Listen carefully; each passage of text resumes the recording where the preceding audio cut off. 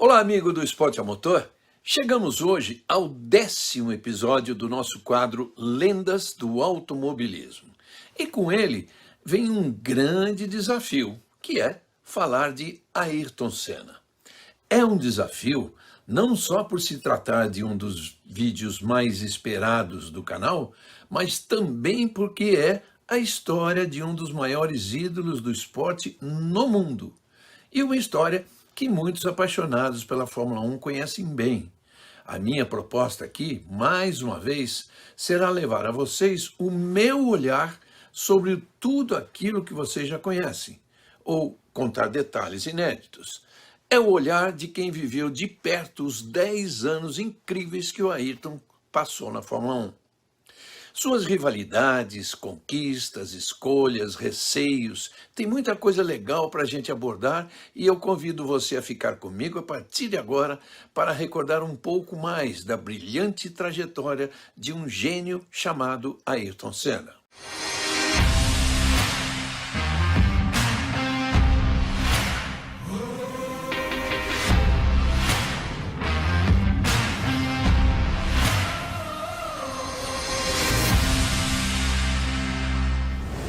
Embora eu já tivesse ouvido falar muito do nome dele e, inclusive, visto algumas poucas corridas de kart aqui no Brasil, eu fui apresentado oficialmente ao Ayrton no GP da Alemanha de 1982 em Hockenheim. Aliás, não fui apresentado por ninguém.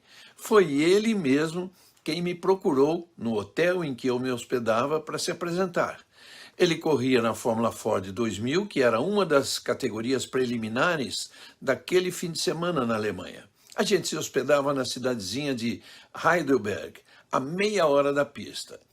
A distância entre o meu hotel e o dele era de 500 metros. Então, na sexta-feira, quando terminaram os treinos da Fórmula Ford 2000, ele voltou para Heidelberg e resolveu ir até o meu hotel para me procurar.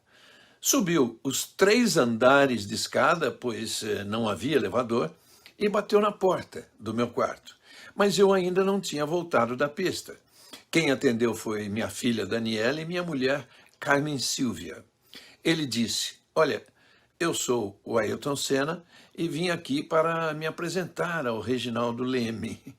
Elas explicaram que eu voltaria mais tarde do autódromo, e ele resolveu, vejam só, esperar na recepção, sentado em um pequeno sofazinho. Quando eu cheguei, ele levantou e mal começou a falar, eu disse que já sabia, lógico, quem ele era e que eu também estava querendo conhecê-lo. Nessa época, o Ayrton estava com 22 anos de idade. Ele já tinha sido campeão da Fórmula Ford 1600 no ano anterior e ganharia também a Fórmula Ford 2000 naquele ano. Aliás, ganhou aquela corrida em Hockenheim e recebeu a taça das mãos de Emerson Fittipaldi, que estava visitando a Fórmula 1 como convidado. Em 1983, Ayrton lutava pelo título da Fórmula 3, quando na época era o campeonato mais prestigiado do acesso à Fórmula 1, e seu maior adversário era Martin Brundle. Nós conseguimos convencer a TV Globo a fazer uma transmissão direta dessa corrida ao vivo em Silverstone. Somando tudo nesse início de carreira internacional, em 3 anos, Ayrton ganhou 3 títulos, além da vitória no GP de Macau, que é uma corrida tradicional que conta com os melhores pilotos de Fórmula 3 do mundo. Tudo isso fez o Ayrton ser procurado por diversas equipes e eu tive a honra de estar ao lado dele já no primeiro teste pela Williams. Mas essa é uma história que eu conto daqui a pouco.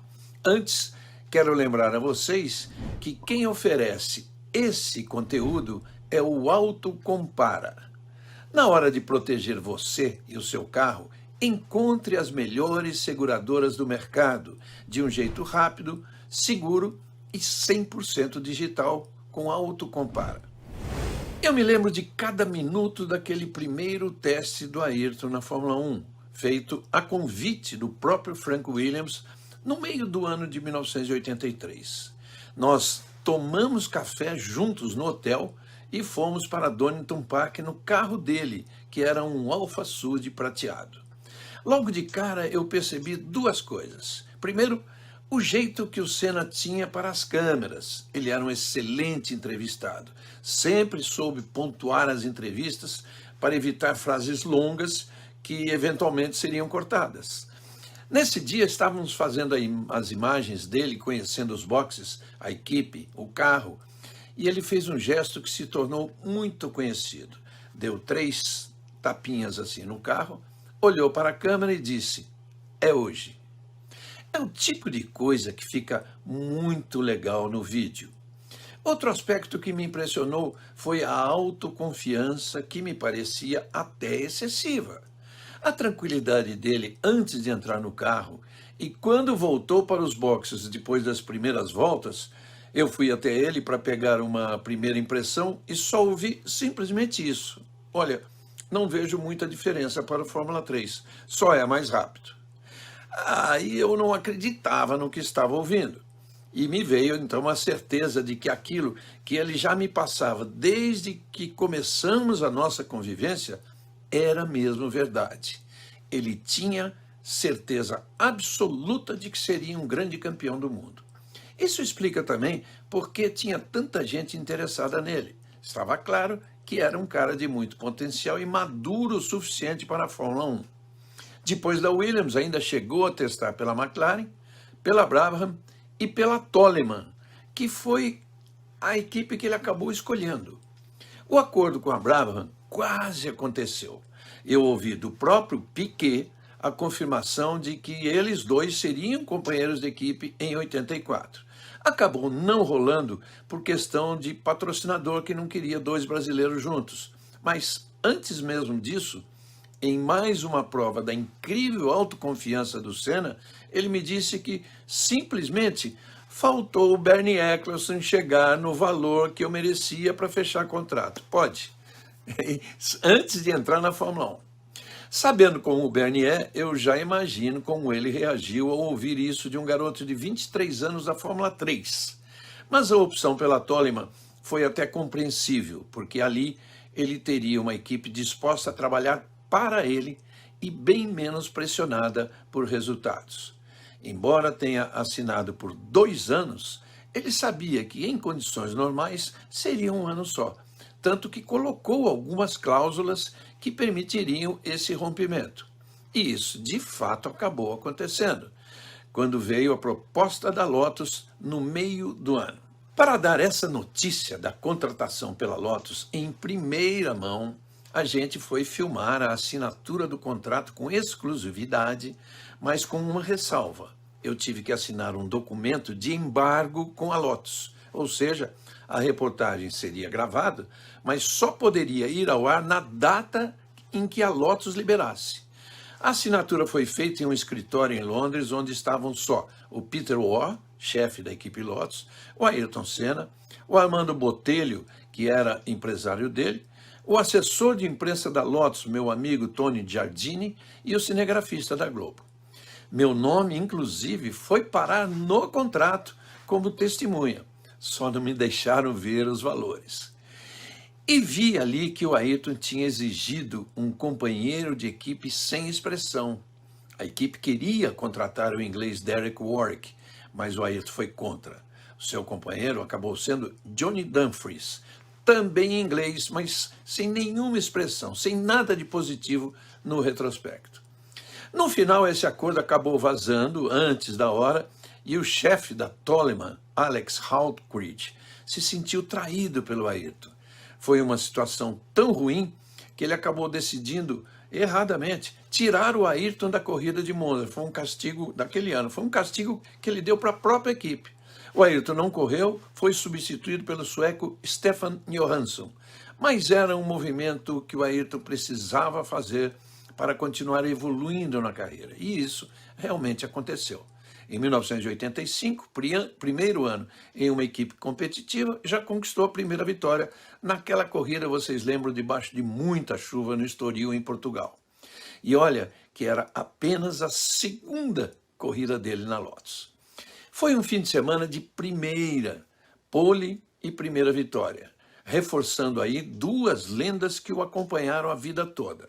A pilotagem embaixo de chuva, onde era praticamente imbatível, e a fama de rei das poles, que rendeu a ele um recorde que só foi superado muitos anos depois, 15 anos depois, pelo Michael Schumacher. A média de poles ainda continua sendo uma das mais altas, essa do Ayrton. Ele largou na pole em 40% das corridas que disputou. Fica atrás apenas de Juan Manuel Fangio, o Jim Clark e o Giuseppe Farina, o primeiro campeão do mundo de Fórmula 1. Ainda sobre essa capacidade para encaixar uma volta rápida, acho que a maior exibição que eu vi do Ayrton em treino classificatório foi no GP de Mônaco de 1988, quando ele colocou simplesmente quase 1,5 segundos no Alain Prost, que era companheiro da equipe McLaren. Eu ouço muita gente dizer que a rivalidade entre eles começou em 89, com aquele acordo em Imola de um não atacar o outro na primeira volta e que não foi respeitado pelo Prost. Mas a verdade é que a gente já sentia essa tensão no ar bem antes disso, bem antes de Imola. A corrida de Imola só confirmou. Mas já naquele GP de Mônaco em 88, depois de abrir mais de 52 segundos de vantagem sobre o Alain Prost, o Senna acabou se desconcentrando e bateu sozinho quase na entrada do túnel, faltando 12 voltas para o final da corrida. O que ele me disse, e que acabou sendo reproduzido depois, é que a batida aconteceu porque, de tanto a equipe pedir para ele reduzir o ritmo, acabou se desconcentrando. Eu penso diferente. Conhecendo o Ayrton e vivendo intensamente aquela fase dele, eu tenho certeza de que naquele dia o objetivo dele era dar uma volta no Alain Prost. Mas deu no que deu. Foi uma situação tão chata para ele que ele acabou voltando direto para casa, que era ali pertinho onde bateu, 200 metros depois, sem passar pelo paddock. A FIA chegou a dar uma multa. Ele morava em um apartamento a 100 metros de onde bateu, saiu do carro e foi para casa. Como toda a sala de imprensa esperava uma declaração dele, coube a mim ligar para a casa dele e, a pedido dele mesmo, eu transmiti para os jornalistas o que ele disse. Aí, à noite, já mais relaxado, a gente foi jantar na casa dele. Acho que a maior parte de vocês sabe que a família real sempre oferece uma festa para o piloto vencedor na noite de domingo, que no caso era o Alain Prost. E à meia-noite exatamente tem a tradicional queima de fogos, um grande espetáculo. Depois do jantar com Ayrton, a gente foi até a varanda da casa dele ver essa queima de fogos. Enquanto a gente assistia, ele virou e disse: podem esperar que no ano que vem eu estarei nessa festa. Prometeu e cumpriu.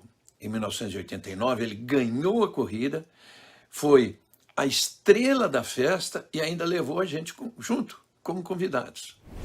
Foi com o Ayrton também que eu fiz uma das entrevistas mais importantes da minha carreira e tenho certeza também que uma das mais importantes, mais marcantes da vida dele. Ele mesmo disse isso. Logo depois do título de 88, no Japão, a gente fez uma gravação longa com ele, em que eu levei a entrevista muito para o lado pessoal. Eu lembro que eu estava de costas para um telão que mostrava a repetição da chegada da corrida, e enquanto falava comigo, o Senna admirava a prova que ele tinha feito, ele ficava se admirando pelo telão.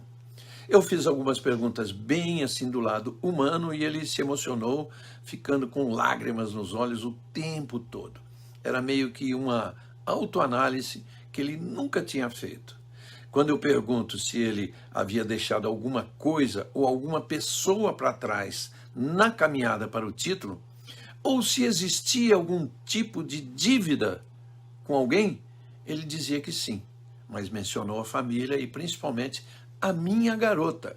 Disse exatamente assim, que no caso era a namorada dele, a Adriane Yamin, com quem esteve por 4 anos e pouca gente sabia. Ali na entrevista, o Ayrton dizia que era jovem, tinha muito tempo pela frente e que desejava melhorar como pessoa. Eu até perguntei para ele o que significava melhorar como pessoa e a explicação foi exatamente isso, melhorar como pessoa, tratar melhor as outras pessoas, entender melhor o mundo, ser mais gentil, todo esse tipo de coisa.